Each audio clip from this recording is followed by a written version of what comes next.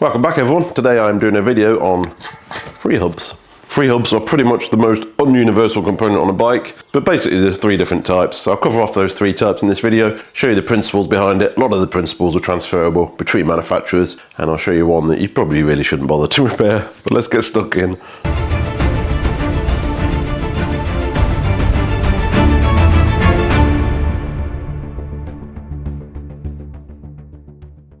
When I say three different types, I'm talking about ratchet ring, like DT or Mavic, as this one is. I'm talking about external pulls, let's call them that. I'm talking about fully enclosed systems like this one here. What I'm not talking about is the manufacturer specifics or the bodies here. So this is obviously a Campagnolo one, this is a Shimano one, SRAM XD drivers, a little bit on the different side, and then microspine. I don't have any of those two here at the moment, unfortunately, but the principles, a lot of them are going to be transferable. But when I do get one in, I'll do a separate video for those two as well. But purpose of this video, I'll cover the ratchet ring, the external pull, and the fully enclosed system here. Like I say, the principles between them all are very much transferable. So when you do get it off the wheel, you will probably be able to work out what you need to do. Have a look at this Mavic one to get the freehub body off the wheel. Normally all you need to do is pull this end cap off, and then the freehub body will literally just pull straight off the wheel. Very, very easy. I use a vise for this. These are aluminium soft jaws. Clamp that end cap in there gently, and then lift the wheel like this. Give it a bit of an upward whack, and that just takes the end cap straight off. Put that somewhere safe. And this should normally just pull straight off like this. There you go, that's how you remove it. So this is a ratchet ring system. This is Mavic's ID360. They're very, very similar to a DT system. The principles, again, keep saying that, but they're exactly the same. Get a magnet, just pop these out like that. Or you could just tip the wheel upside down, obviously. And just peel that one out there. And there's a little rubber pad down here.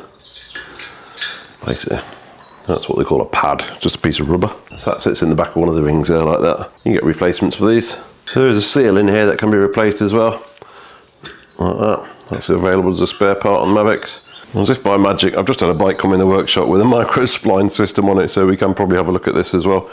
Basically, you're going to pull that end cap off, and this will come off. Again, just clamp the end cap in there, give her a bit of a whack, straight off. You can get the special tools for that, but that's just the way I do it, it's easy. So with the end cap off, this again should just lift straight off now like this.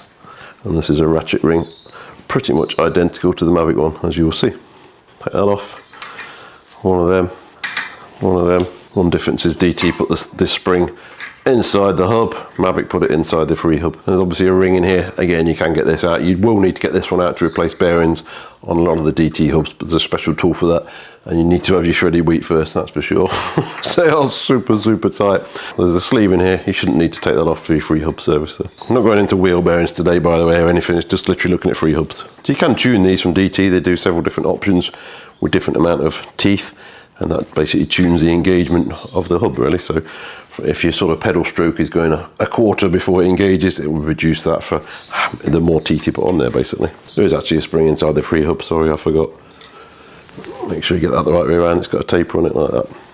All you're going to be doing is basically cleaning all this up and add in some freehub grease. 2 bearings in each freehub normally. I'll show you on one because they're all going to be the same, basically. All very similar. Do keep saying that, sorry. And that's it, back together. I will be servicing this. Bike's literally just come in, so I will be servicing this off camera. Another Mavic here, where you would actually need to unscrew this. It's basically a cone spanner flat there, and a 17mm. Take that out and the axle will just knock through. Same on the other side. There's a cone there. You only need to undo one side, get the axle out. And again, to get this type off where you've got external pulls, it's literally exactly the same. Pull the end cap off, pull this off. There's no difference there. You will get the odd one where there's a circlip here where you need to unscrew the end cap, but I can't cover every hub in this video, it's impossible. So if you're not sure, again, refer to your manufacturer's specific website or YouTube video just to see if there's any quirks. But generally speaking, if you can't just pull that straight off, there's going to be something slightly different about it. So just check before you just keep yanking at it and break something. And in reality, if all you want to do is actually clean the ratchet, you can just pull the whole cassette off, and normally it'll pull the end cap off with it if you just want to clean that. Like that, so you can pull the actual cassette off. I know this is the wrong cassette before you say, but you can come just pull that off with the cassette still attached, get access to that, and drop it back in, and then just bang the end cap back on. So you don't normally need to take the cassette off. That's all you do. Very, very easy. And next up, I'll show you how to take this kind of freehub body off a more basic wheel. This is a cup and cone type bearing rather than cartridge bearings. So they're much more difficult to get off. And I'll be perfectly honest with you, even if you could get it off, I wouldn't bother, and I'll show you why. The problem with these is every manufacturer uses a different type here, different shape, different spline, different bolt. There's hundreds of different ones. And most of these hubs are going to be no-name generic things. So unless you know who manufactured this hub, unless there's a serial number on it, unless there's an actual ID number on the Freehub body itself, you'll really struggle to track down the correct replacement Freehub body, even if it's available. I'll show you how to service it, but in my experience, even when you get in there, put fresh bearings in, fresh grease, they're just terrible still. The races are damaged, you can't get new races. So my strong advice would be just to get a replacement if you can. If you can't, you might end up with a new wheel, or at least a hub. But even on a generic sort of low-end hub like this, it's not normally worth the labour to rebuild it onto your rim, unless you've got something very special rim. It's cheaper to buy a new wheel these days, it's just absolutely crazy. But I'll get it off and I'll show you how to do it anyway as part of this video. So to service this, you definitely need to take the axle out, otherwise you can't get the middle piece out that's the actual service. And then it's easier just to take the whole thing off the wheel. Potentially you could still do it with this attached to the wheel once you've got the axle out. We'll get to that in a minute. Let's get the axle out first. Again, a lot of these are going to be super similar. Should be a seal here. Pull that off. You need a cone spanner and a 17mm, and just crack this off. Just undo that. Just, it was quite tight. Take the non-drive side out because you can't access the cone on the other side. Drop 17 onto that side then, and then just undo the cone. Once it gets going, it comes out by hand. I don't normally do this as part of my services, and because you spend an hour doing this and it's no better than it was before in my experience. But if you're in the middle of nowhere and you're struggling, this will probably get you going again. Might be a bit noisy, but it'll get going. And that's really the only reason I'm showing you this. Normally I use a magnet. People tell me that this is magnetising the bearings and causing damage. I was like, yeah, okay. I need to get it off the wheel now, but I'd advise you take this seal out first because you might be stuck at the first step. Normally you just pull out very easily like that. However, if you look at this one, this ain't never coming out. It's absolutely destroyed already. And that's one of the issues you're going to get. It's pressed in, there's no way this is coming out without completely destroying it. And then obviously when you put it back together, I mean, it's not really a seal, but it's not ideal to not have that piece there. So you might really struggle to get this out. That's scrap basically, I'm not going to do that one. So then you'll see here, there's two notches. There's one here and there's one on the other side that you can't see. So you will need either a special tool that you can buy or you can make one. So I just made one. This is a 21mm socket, and then I'm just using an angle grinder to cut two flats on the side and leave two bits up with the notches.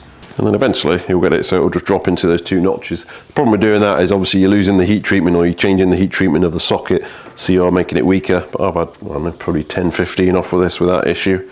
But there is a special tool you can buy, and that's in there basically. And then we need to undo this. It's on a left-hand thread, so it's going to undo clockwise, and it's going to be fairly tight normally. Like I say, it's a left-hand thread, so it's the opposite to what you'd expect.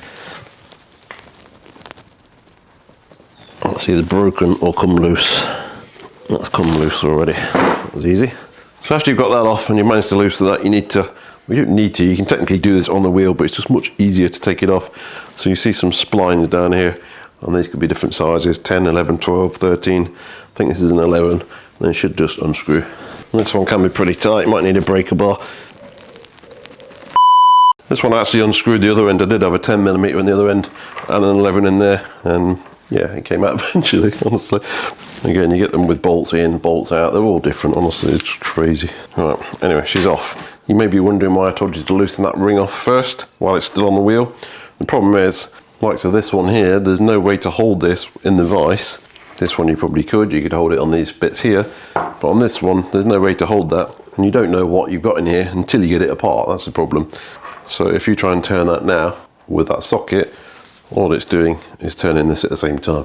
So you never get it loose. So that's why you do it on the wheel while these are still locked in place, and then I'll let you undo that. Get your special homemade tool again, and then you can finish unscrewing that. It should come out pretty easily now. And again, you can probably just unscrew it with a pick now, it should be super loose. Get your magnet and prepare for carnage. You've got 50 ball bearings that are awaiting your attention in a minute. Like that. So that's out. And the problem with these is this race here, this one's actually in really good condition, but when you've got issues, when things are broken, making grunchy noises, it's because this race is worn out. And you cannot get a replacement for that, it's impossible. This is a complete Freehub body or a new wheel, as I say. So that's what the problem is really. Like I say, you can get all new bearings in there, all new grease, clean it all up, etc, etc, etc. But if this race is worn, which it will be, that's the reason you took it to pieces, because it was rubbish, get it all put back together, it's still going to feel like a bag of So that's why generally I wouldn't recommend doing these. You're stuck in the middle of nowhere, you cannot get one for love and money. Potentially you go in here and start doing this, but I generally would not recommend this. The other ones that we'll look at in a bit, super easy. It's literally 5 minutes work. This is an hour's work and it's still going to be rubbish. So anyway, don't say I didn't warn you. So then you see all the bearings in there. This is first row and there's another row underneath there. You'll see that shim that fell off there. There's some more down here. So let's get these bearings out anyway. This one's super clean. I've got a broken one on there I might be tempted to open. There's normally 25 bearings there. So now this basically should separate into two pieces. Just push the bottom out like that. And there's the rest of the balls in there. Just grab all them on another pick. You can already see what an absolute pain in the arse this is, can't you? Right, and then there's the rest of the shims on here. There's quite a few shims in this one, 2, 3, 4, 5. Now you'll get to that bit that actually does the ratcheting. So these are the pawls here, and you'll instantly see they're pretty much exactly the same principle. There's one where they're external, and you can get to these in 10 seconds flat without dismantling the entire bike. So that's the basic, exactly the same principle. There's a spring that holds those in there. These actually work pretty nicely. And there's 2 fitted to this one. That's not a space, that's designed like that. Okay, you can get 3, you can go, they're all different, but the principle is going to be the same. And then you need to get this spring out here. If you've not already got a set of picks, trust me, you're going to need them. Basically hook that in there and peel it out like that, and then these pawls will just fall out. Turn this around and keep going, and that's it. So that's the spring there. Basically it's just a piece of coiled wire really. It's obviously sprung. These do snap in half, which obviously has consequences for holding it all together. Will you get a spare part of that? Of course you won't. Maybe you've got a boxes full of spares like me and you might find something, but it's very unlikely.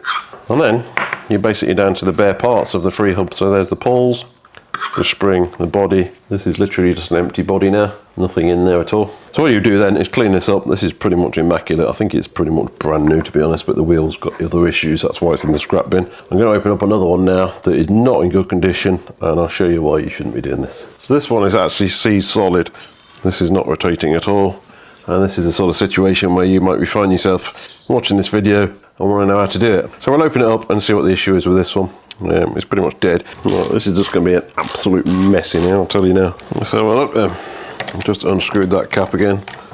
The way she is, right. Oh my god. So that's what a bad one looks like.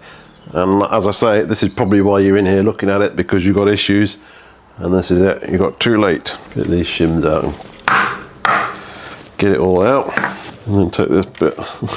Jesus Christ. I'm sorry guys, there's never in a million years you're getting that to run properly. So there's 2 races. This is one underneath all this corrosion somewhere. That needs to be like a mirror, basically. Another one down here, you can't even see it, it's that bad. And that half of it there as well. Let me just run this on a grinder and you see what it looks like, and the other bits will look exactly the same. So this is a good one, nice and shiny, and this is that one. It's just like the surface of the moon, basically. Times out by every race in there, and you can see there's just literally no point doing this, guys. As I say, if you've got to the stage where you need to look in here because you've got an issue, this is what it's going to look like. But you're never going to get any performance or smoothness or quietness out of this again. This is the part that's seized. Obviously we know what that's supposed to look like as well. You probably can get these out, get the spring out, clean these up on the wire wheel, etc. Get some grease and get it springing again, but literally what's the point? Look at the state of this race, it's even worse than the other one. Game over for that one. However, I suppose I better show you how to put this one back together. Quick pause for a minute just to say a massive thanks to Sport and Leisure for sponsoring today's video. So you know there's nothing worse than being right in the middle of a job, right? Only for everything to come to a grinding halt because the part you ordered said it was in stock. It wasn't in stock. Not even in the same country sometimes. And that's exactly why I use Sport and Leisure. They're based right here in the UK. Their stock levels are 100% live. If it says it's on the shelf, it genuinely is on the shelf, ready to go. And if you get your order in before 3 PM, it gets shipped the very same day with free delivery on all UK orders. Plus next day delivery is only £2.50, which is brilliant when you just need to crack on with the job. So they've also updated the discount scheme for you. Head over to sportandleisure.com/BCR or scan this QR code on the screen. It will generate a 10% discount at checkout off your first order. If you're buying parts anyway, it's an easy way to save a bit of cash. All the links in the description below, and thanks again to Sport and Leisure for continuing to support this channel. Right, let's continue. Right, let's put it back together. Someone's hoovering the car outside, sorry if you can hear a hum, but that's what it is. So this piece here, we need to get a little bit of grease in here for the pawls. Use a Freehub grease if you've got one. Well, very, very light grease on this one.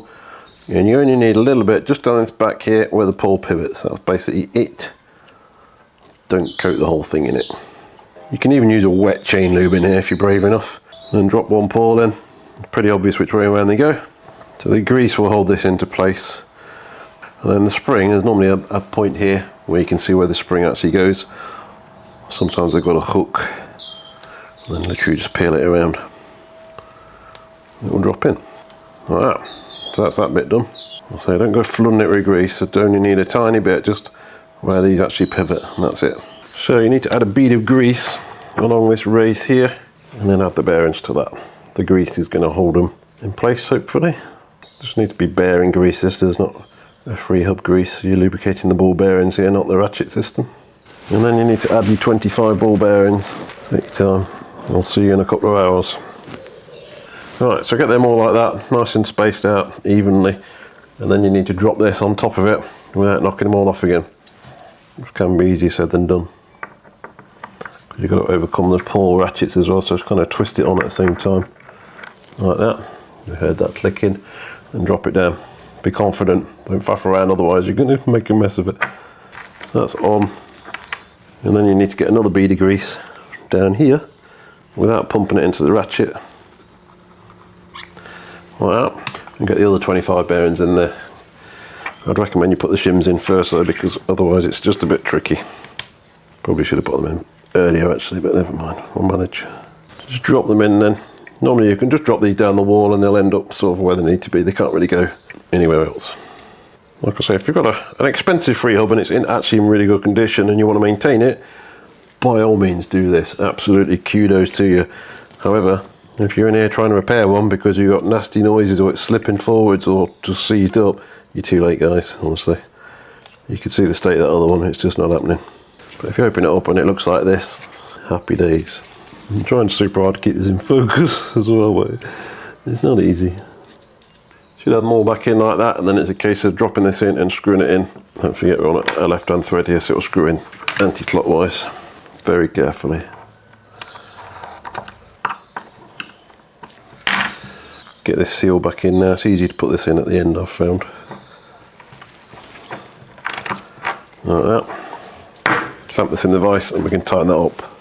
Don't ask me to talk because, like I say, no manufacturer is expecting you to be in there, so they won't tell you that information. But you saw when I undid it, it wasn't particularly tight. And that's it, done. Good as new. Better than new, it's got a finish line grease in it. Right, let's move on to the easy ones. Next one. This one's really challenging. You take the spring out, take your pawls out, wipe it down, put some grease in it, put it back together. I'm not exaggerating, that's pretty much all you're going to be doing with this. Regular maintenance on that. Look how long that didn't take. There's the little dots tell you where your springs go. That's that one serviced. What was that, 30 seconds? We'll have a look at the bearings on maybe this one or another one, but the actual ratchet system itself, that's your lot, guys. That's all you do. You can add just a little bit on your gloves just to give it some corrosion resistance around here if it's steel. This is obviously alloy, but what you don't want to do is make it look like Mr. Whippy, okay? That is just too much grease, and I've seen that. Don't do that, guys. So one of the slight variants on the spring one is it doesn't have that wire. It has an internal spring here. Either this sort of leaf spring or an actual coil spring, but it's the same idea. So these literally just pull out on the spring as well, like that. Just don't lose them. Depending on your Freehub, you might have 3, you might have 4, you might have more. They all should all be the same, but just take note when you take them out, take a picture. Yeah, and put them back together, just a little bit of grease on the pivot, one for the spring and one for the pawl itself. Normally they'll only go back in one way. Put the spring in, and then put the pawl in. To get these in, you have to overcome the spring pressure, so again, use your pick. Just press the spring down ever so slightly, like that. And this will just drop straight in, like that. Again, really, really easy. Another thing to mention on these types of Freehubs with the springs and the other one with the actual round spring, is if you see this aluminium deforming here, coming up, then you're going to have play in here. It's going to be a new Freehub body. Some of the cheaper ones, they deform really, really badly around here and cause you all sorts of issues. This is a high quality one, so you're okay, but when you take it out, if you, like I say, if you see any little ridges around here, it's probably time for a new Freehub body. And you can see here, these are all different manufacturers, but as you can see, they're all exactly the same idea. A little spring, various amount of pulls, various designs, but the idea is exactly the same on all of them, and that's all you need to do to those. Pull it out, get a little bit of grease behind the pivots once a year at a very minimum. Depending if you're in wet conditions, you might want to do it much more often than that, but yeah, that's all you need to do. In the hub itself, this is an old mesh hub. Pull that off again, exactly the same, just pulls off as well. I've not looked at this wheel, it's been in spares for years and years. But this is the other bit you need to look at, just clean inside here really. That's all I do, just a little bit of grease on your finger and just run it around these teeth on the inside. And that's it, what you need to do there. Again, don't go flooding it with grease. What you're going to do is stick it together. Well, some people do actually use just a wet lube in here rather than a grease itself. You can use that as well. Tends to change the sound of the hub as well if you use a grease or an oil. Makes it a bit louder with an oil, generally speaking. Any Freehub seals like this one here, I tend to use a mineral oil. Mavic actually recommend that in their instructions. So literally just stick your finger in there, nice and clean finger, and just run it around that rubber seal, and that's that lubricated. And it just drops straight in. You might need to twist it backwards when you're pushing it in, but should go in with pretty much zero resistance. This is a scrap wheel, by the way. Actually, just while I've got this wheel out, this end cap doesn't pull off on this one. This is a different one, where you put a 5mm Allen key in there, and another one on the other end, and then you just twist them in opposite directions, normally a left-hand thread on one of them, and it basically takes one off, and then you pull the axle out. So a lot of Campag, this is a Miche Campag ones, a lot of them do it like that, but first thing you want to look for is if you can get a 5mm Allen key in there, and that gives you an instant clue as to how to take it to pieces. On the Mavic or your DT, whichever one you got, the principle's going to be the same. Just take these ratchets out, clean it. Bear in mind this is actually a scrap wheel, so I'm not going to go to town on it, but I'll just show you the idea. So on these Mavic ones, this Ratchet, they do wear, I found about 3,000 or 4,000 miles they need replacing. You can't see it by eye, but what I did is take a picture and zoom right in, then you'll see real distinct flat spots on top of these profiles here, and that's when it's slipping under load, and you just get a new ratchet kit. They're not massively expensive, and it just drops in 5 minutes, so it's an easy fix. And once you've got them all, everything spotlessly clean, again, it's just Freehub grease. If you buy a new ratchet kit from Mavic, they give you a little tube of grease to cover it in, but just a light coating again. These side bits also need a bit because obviously they're pivoting up and down on the actual spring itself, not so much the other one because it's pretty much locked into the hub, but they do need some lubrication. They'll be like that basically in the hub, obviously exaggerated, but that's the movement they need to be able to do. And again, clean this one up the same, and the pad literally just drops in the back of that as well. Very, very, very straightforward these are. So in this Mavic wheel here, this piece will actually come out as a little spring clip that sits in this groove here. I don't know if you can see it. There's a groove running around here. This spring clip sits in there. Pop that out and this will actually come out. Like that. Again, it's just a case of cleaning it, lubricating it in here, putting it back in. You might need to take that out to change this bearing on this one. I can't remember. They're all different, guys, honestly. Yeah, you would do on that. That's not going to clear those teeth. That's why that's there. And this clip sits in a groove. I know this wheel is knackered. It's in the scrap pile. I think this clip doesn't fit very well on this one anymore. Again, just coat this with a light coating of grease. I'm not going to town on it because it's a scrap wheel, but you get the idea now, I think. Drop that in there. Don't forget to put the seal in. So it's got a little V profile here, and that's basically facing out. This is flat here. Don't face it in there. So this little thin piece here, the Freehub drops behind that and then folds itself back on there, kind of thing. Again, you would soak this in mineral oil. Mavic specifically saying mineral oil for this one. And that just pushes in. Again, I think that's worn out as well. Put this ring into the Freehub behind with its spring behind it. And just drop on. And it's a case of putting the end cap back on, so you can add some extra weather protection here, a bit of grease on this bit. That just helps the bearing seals that are in here. Put a bit of grease inside as well because there's an O-ring in here that helps hold it onto the actual axle itself. So just get a bit inside there as well. And just pop that back on. And that's that bit done. Don't worry about grease here because all that's going to do is lubricate your through axle that you forgot to do as well. So leave that there. And finally, the last thing we're going to do is just change the cartridge bearings in this one. Again, these will be very similar on a lot of the hubs. Quite a lot of them under the second bearing there's a circlip, so just be careful with that. There might be one in this, I don't know yet until we get in there. On the Mavic one there's an aluminium cap, I don't know if you noticed it, but basically this 5-pin tool goes in there, unscrews it before you get access to the bearings.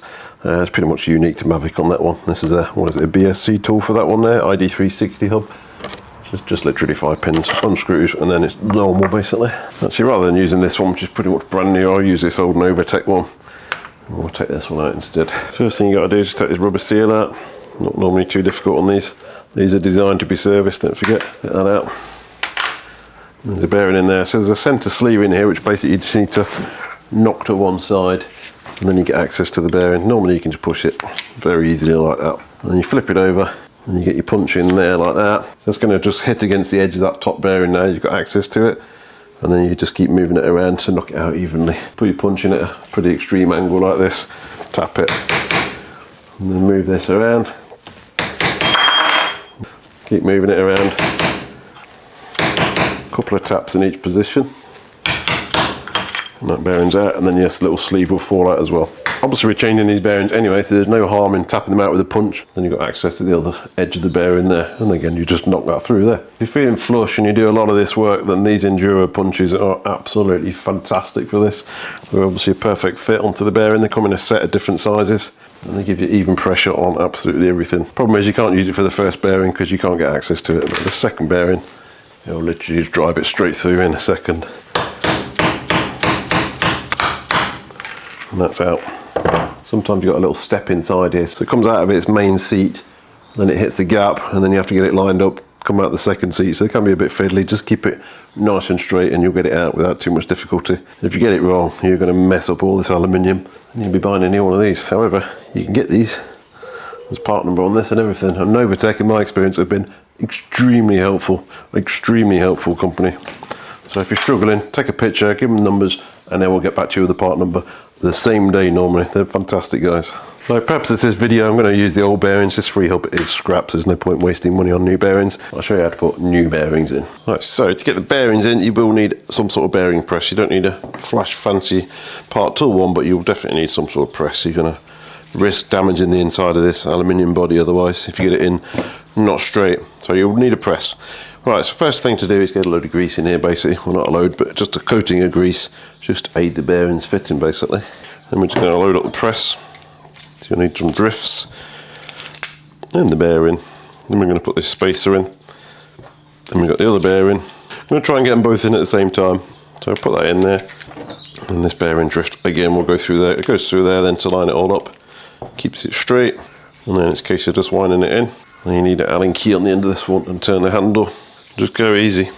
It should go in with very little effort. You can see this is going in straight now. Look, that's how much effort this is needing, one finger. If you're having to force it in, something's not straight.